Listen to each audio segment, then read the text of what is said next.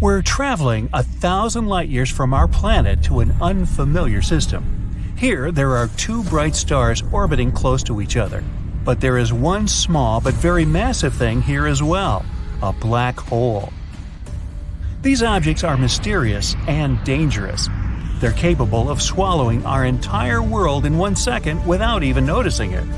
Even more, they can tear apart a huge star like our Sun. And it's these giants that usually lie at the centers of galaxies. They're so heavy that their gravity holds countless stars, planets, and stardust around them. They can weigh millions or even billions of times more than the Sun. And now, you're back on the ground, at a rocket launch pad on Earth. All you can think about is holding your breath and jumping into the heart of that black pearl. But you don't have to hold your breath because you'll be in a spacesuit, and the oxygen is included free of charge. Besides, you're not likely to ever make it to the black hole. A trip that far with the technology we have now would take tens of thousands of years. Back to your garage where you stashed your hyper rocket, which will take you to the black hole in seconds. And you're next to two stars in a black hole. First thing you notice is that the black holes aren't black. Its gravitational force pulls in not only objects, but even light itself. This makes the hole invisible. You can only see a bright ring around it. That's called the event horizon. It consists of twisted light, hot dust, plasma, and pieces of asteroids that are also trapped there. So the event horizon is the first obstacle to overcome. Okay, you put on your jetpack, open your rocket's door, and jump towards the black hole. The force of gravity begins to pull you quickly toward it. The spacesuit protects you from the enormous temperatures and levels of radiation on the event horizon. Conventional protective gear would hardly help you, so you thank your dad for stashing this super powerful protective suit in your garage as well. You begin to feel like your body's stretching unpleasantly. The problem is that gravity increases with every inch closer to the center of the black hole, and it's much stronger at your head than at your feet. Your body starts to stretch like spaghetti. That's why it's called spaghettification. No suit can protect you from that, and there isn't a single spaceship that can withstand that kind of strain. Well, this was a short video. Okay, let's rewind to the moment before the jump. You realize that to get to the heart of the black hole and survive, you don't need improved equipment, but another black hole. And it's the size and weight of it that matters here. Theoretically, you can survive falling into a supermassive black hole. It's all about the width of the black hole's event horizon. When a hole is small, about the weight of our Sun, the event horizon is small too. And then its edge is remarkably close to the center of the abnormal gravitational force, which would make you spaghettified quickly and brutally. But if the event horizon is wide, it's farther from the center of the gravitational force. Then the difference of gravity pressing on your head and feet will be non-existent. So if you have enough air in your spacesuit, you can survive such a journey. So you must pick a supermassive black hole. Let's see. One at the center of the Milky Way? No, there's too much hot plasma and debris around it. You need a completely isolated black hole for a jump like this. Somewhere in dark space where it hasn't had time to gather the debris of neighboring worlds around it. You quickly open your space map and find such a black hole. One faster than light trip, and you've arrived. There it is! A huge dark nothing. There's only distorted light from distant stars and galaxies on its event horizon. To test your theory, you throw a mannequin into it. It approaches the black hole and then slows to a standstill. But it's just an illusion. The black hole is so heavy it can warp both space and time. So to the observer, the dummy is frozen in the event horizon, but it has long since entered its heart. The dummy didn't get spaghettified like you did when you fell into a small black hole, so now you're confidently jumping after it. Remember that even if you feel fine, it's still a one-way trip. Once in the black hole's field of attraction, nothing can escape its embrace, no matter how powerful a rocket you have or how hard you flap your arm. You're now at the edge of the accretion disk. Every second here equals weeks or months on Earth. You're traveling through time. Our home planet may already have flying cars and skyscrapers several miles tall all over the place. But for you, it's only a couple of minutes. Whoa! All the light you see from the stars has turned red. That too is because of gravity. The light we see is waves, but the black hole stretches them out. The short wavelengths of blue become long and red. Great! You've passed the event horizon and are now heading into black nothingness. You look up and see a thin ray of light.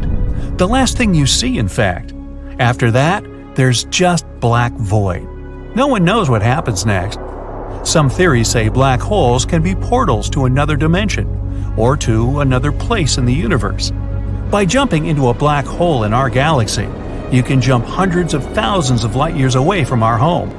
In that case, you will experience your fall in reverse. First, you see a small but expanding beam of light. Then, red starlight returns to blue. And before you know it, you're back on the event horizon. And soon after, you're free of the black hole's pool. But scientists still can't confirm this theory. Okay, that's too grim. So just this time, we'll bring you back to Earth in the company of your friends. They praise you for your accomplishment of surviving the center of a black hole.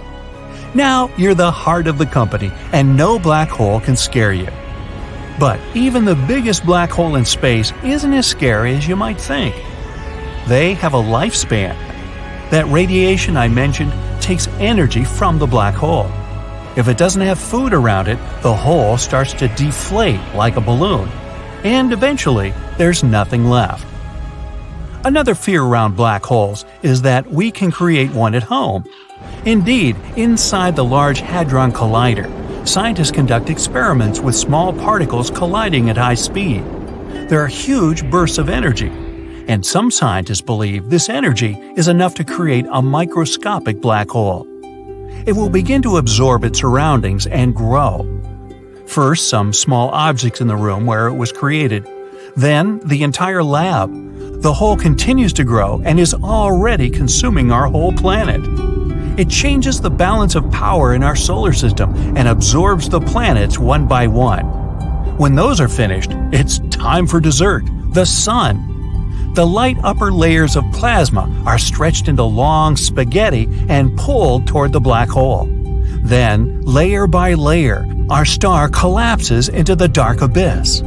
When the sun is half absorbed, the black hole shoots a beam of energy and light outwards and continues to consume the sun. In mere moments, there's nothing left of our solar system. That's how some people describe the end of the world. But even if we do manage to create a microscopic black hole, we'll be safe. It'll be too small to absorb big objects, and it will only feed on small atomic particles. Black holes emit energy as well as consume it, so our little one won't have time to grow.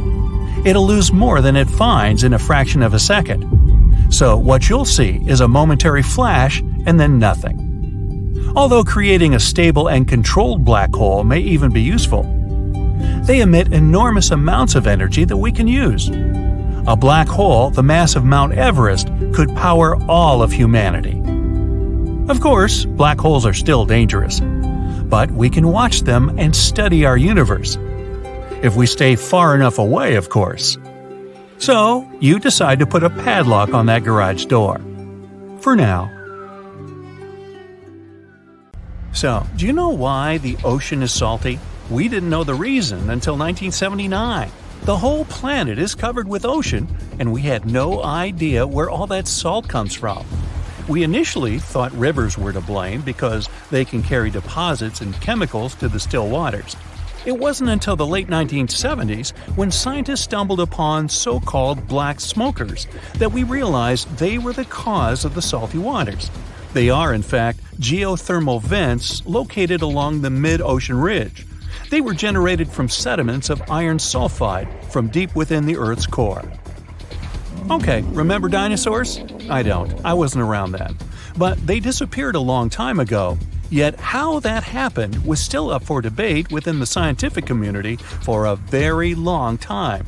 Up until 1991, no less, the year the Chicxulub crater was discovered. That's a big hole located underneath the Yucatan Peninsula in Mexico. Many claim it was formed when a giant asteroid crashed on Earth. The oldest material ever found on our planet turns out to be older than our entire solar system. The Murchison meteorite plopped into Australia back in September 1969. But we made this staggering discovery after a newer analysis of its debris was done only in 2020. Did you know that there is a coral skyscraper hidden underneath the ocean, and we had no idea? Only in 2020, a team of Australian scientists stumbled upon it when mapping the northern Great Barrier Reef. It's 1,640 feet tall, which, if you think about it, makes it taller than the Empire State Building, and no elevators. Do you know how mountains appeared? We didn't know that until 1966, and that also concerns earthquakes and volcanoes. Just think about it. We sent men into space before we even understood how and why the Earth under our feet started moving now and then. Only in 1966, a scientist named J. Tuzo Wilson published a piece in the journal Nature in which he explained that continents and oceans are constantly moving. He also wrote about tectonic activity, meaning things like earthquakes and how mountains rose from the Earth's surface. Until 2021, we hadn't mapped out a full human genome sequence. The concept of DNA was first presented by a Swiss scientist back in 1869, but specialists remained partially in the dark as to DNA's physical structure until Rosalind Franklin and Raymond Gosling took pictures of it and found it looked like two twisting strands. Ever wonder what the largest living organism in the world was? For a long time, scientists did too, because they only stumbled upon it in 2000. It's a fungus that lives 3 feet underground, but is estimated to spread across 2,200 acres. Located in the Malheur National Forest in the Blue Mountains of eastern Oregon, it's named the honey mushroom. Until 2002, we didn't know what was at the center of our galaxy, the Milky Way. We knew we were rotating around something, but it took us until the 21st century to figure out it was a supermassive black hole, with a mass 4 million times bigger than our Sun, located in a region of the Milky Way called Sagittarius A star. The discovery took place after we came up with the infrared smoke alarm. I can hardly imagine having to travel long distances without wheeled luggage, but these didn't pop up until 1970. If you think about it, the astronauts who went to the moon actually had to carry their baggage in the spaceship physically. The application for the U.S. patent for the wheeled luggage was granted back in 1972, but to be fair, those first ones weren't exceptionally reliable. They had problems like wobbling and tipping because the large suitcases were mounted on narrow-wheeled bottoms. If you look at pictures of 1940s film stars, you'll see that their hair was nice and slicked back. Did you know that based on recent discoveries, even ancient Egyptians used some hair molding substance? What they used, though, wasn't hair gel, if that's what you're thinking, because we only came up with this invention in the 1960s. What people used for hairstyling back then in the 1940s was called Brill cream, which had more of a waxy consistency and was invented in 1929. Hair gel, as we know it today, came a bit later and was invented by a man named Louis Montoya. It soon became trendy because it wasn't as greasy as previous products.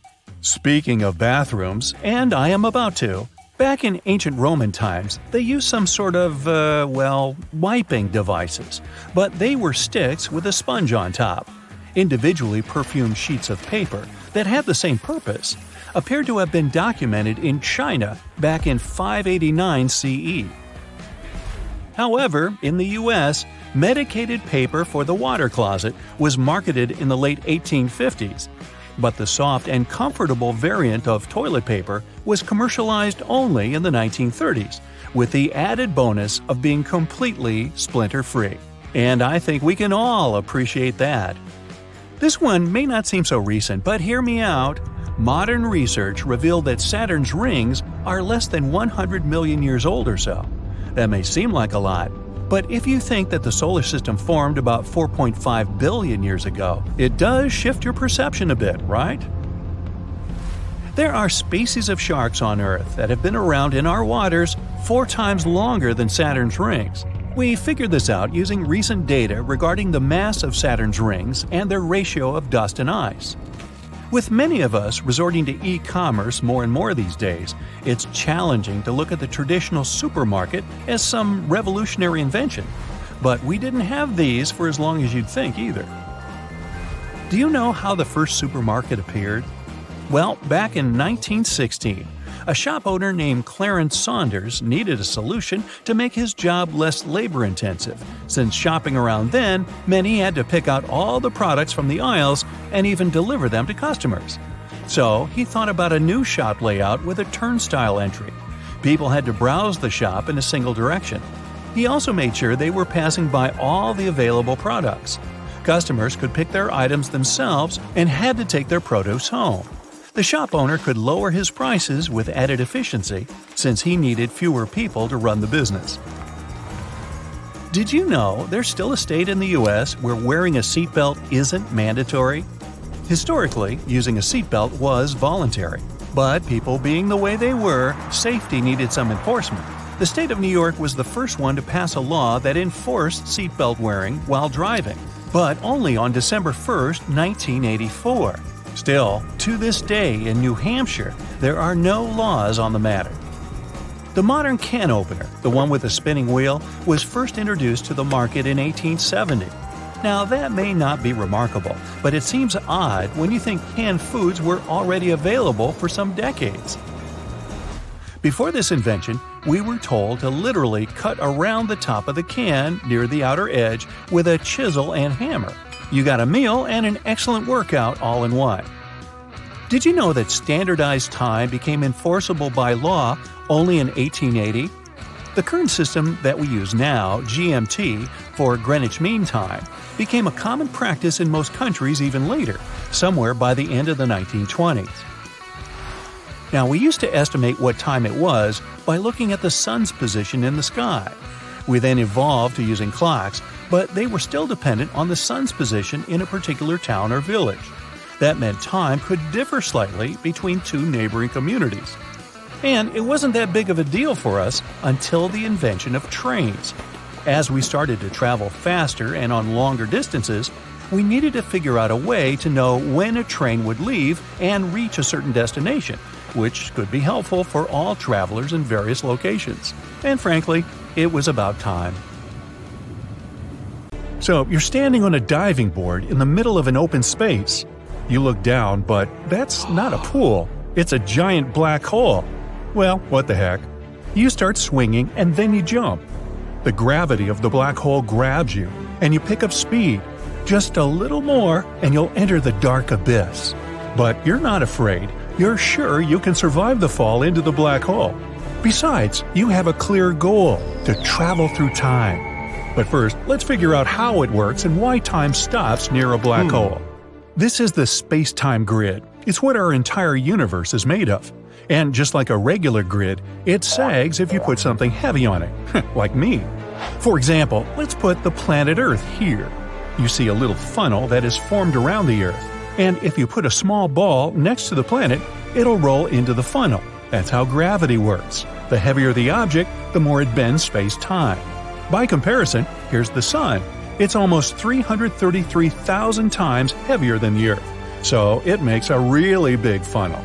So big that all the planets in our solar system move around that star inside that funnel. So now, let's put a black hole on a space-time grid. Its centers are infinitely heavy, so they create a limitless deep well. And anything caught in the black hole's gravitational field can never leave it, not even moving at the speed of light. Okay, their gravity is infinitely strong, but why do they slow down time? It's all about the speed of light. According to physics law, the speed of light must be the same at every point in our universe, even in a black hole. So, for our experiment, we take this ball, a photon of light that can travel 671 million miles per hour. You could get from Earth to the Sun at that speed in 8 minutes. That's how long it takes light to travel from our star to our eyes. So, when you're looking at the Sun, you're looking back in time 8 minutes ago. By the way, don't look at it directly. Now, the critical thing to remember here is that velocity consists of two physical quantities: space, miles, and time, hours. We'll use that later. Now, let's look at the black hole in our space-time grid. In three-dimensional space, it appears like this. But if we assume that space is two-dimensional, our grid looks like this when viewed from above, just a lot of squares. And this is the black hole right in the middle. If you look at the grid from the side, you'll see a straight line. And the black hole here looks like a pit, or like an endless well. Now, let's follow our photon of light in three-dimensional space. Here, it's moving toward the black hole, and then it falls into the well of the black hole, and it continues its motion at a constant speed. Now, the side view. Again, the photon moves from left to right and then falls. Its velocity doesn't change. The problems begin if you look at the experiment from above. When the photon of light moves in the distance of the black hole, its speed is stable. But then it goes down into the well. First, it slows down and then it just stands still. But it's moving downwards. The photon moves in an arc down the well in the lower dimension without changing its speed.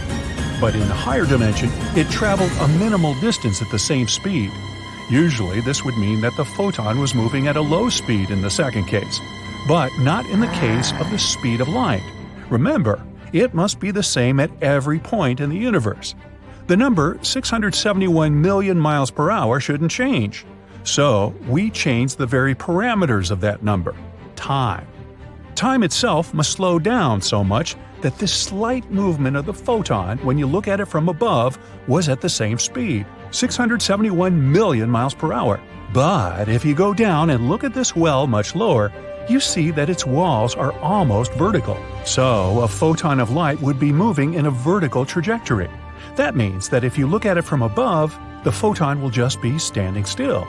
Again, its velocity can't change, so time will vary. At that point, it should just stop. This is what happens near a black hole. Now, if you look at a black hole, you can see this effect in action. It swallows up the light around it. But as for an observer, it seems to you that the light stays in orbit around the black disk.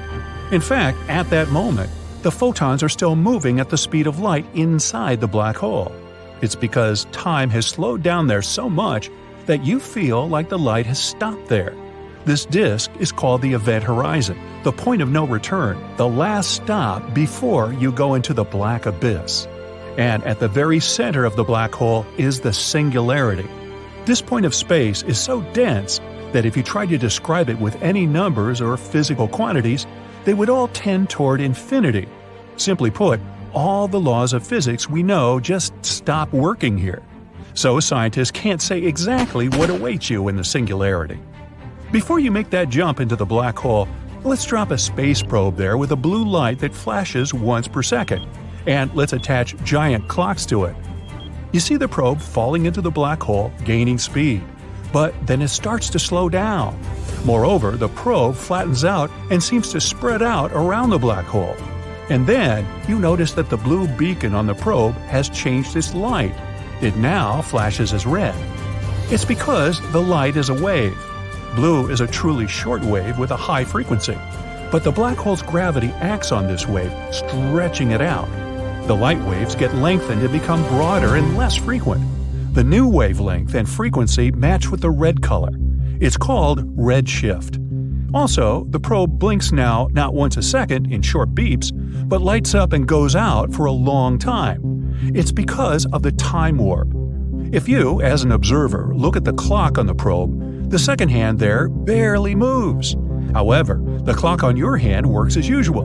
But if you could be in a black hole, time would seem normal to you, and the arrow on the clock would move as it did before. But the hands on the clock outside the black hole would move like crazy to you. That's because time goes much faster outside the black hole.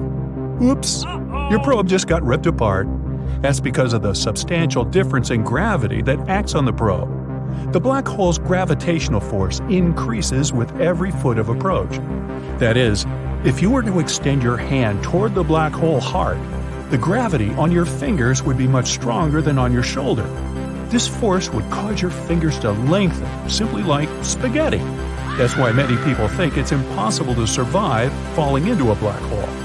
But scientists think you could survive without a problem. Hey, maybe they should jump first just to make sure. The thing is, you have to pick a black hole as big as possible, like the ones at the centers of galaxies, for example. That bright spot at the center of the Milky Way also has a black hole. It's about 1 million times heavier than the Sun. And this is the Messier 87 galaxy, one of the most massive galaxies among our neighbors. In 2019, humanity got its first ever photo of the black hole at the center of this galaxy. It's about 6.5 billion times heavier than our Sun. So, it's the perfect place to make your jump into a black hole finally. Let's go. At first, you feel a strong acceleration as the incredible force of gravity grabs you. But in the case of a supermassive black hole like this, the gravity doesn't change as dramatically. That's because of its size. Right now, the gravitational force on your legs is about equal to the gravitational force on your head, so you don't turn into spaghetti, and you feel comfortable. You see that the light from the stars and all the space around you has begun to shrink at a certain point. It means that you have already passed the event horizon and are now moving toward the black hole's heart. As a result, the light of the universe becomes a small dot for you and then disappears altogether. If we look at our space-time grid, you're already falling into a well. Time is completely stopped for you. However, the rest of the world continues to move steadily through time. If you could now look at the Earth from a black hole, you would see a time-lapse, an accelerated video of how the months and years go by on our planet. If you had a jetpack that had an incredible engine to pull you out of the black hole, then you can make a jump forward in time. In 1 second, centuries on Earth could pass in the heart of a supermassive black hole. But this only works one way. You can't go back in time. But for now, you keep falling into the black hole. Beyond that, no one knows what'll happen to you. We only have theories about wormholes and white holes that might transfer you somewhere else in the universe. So, enjoy your trip, and just think about all the frequent flyer miles you're racking up.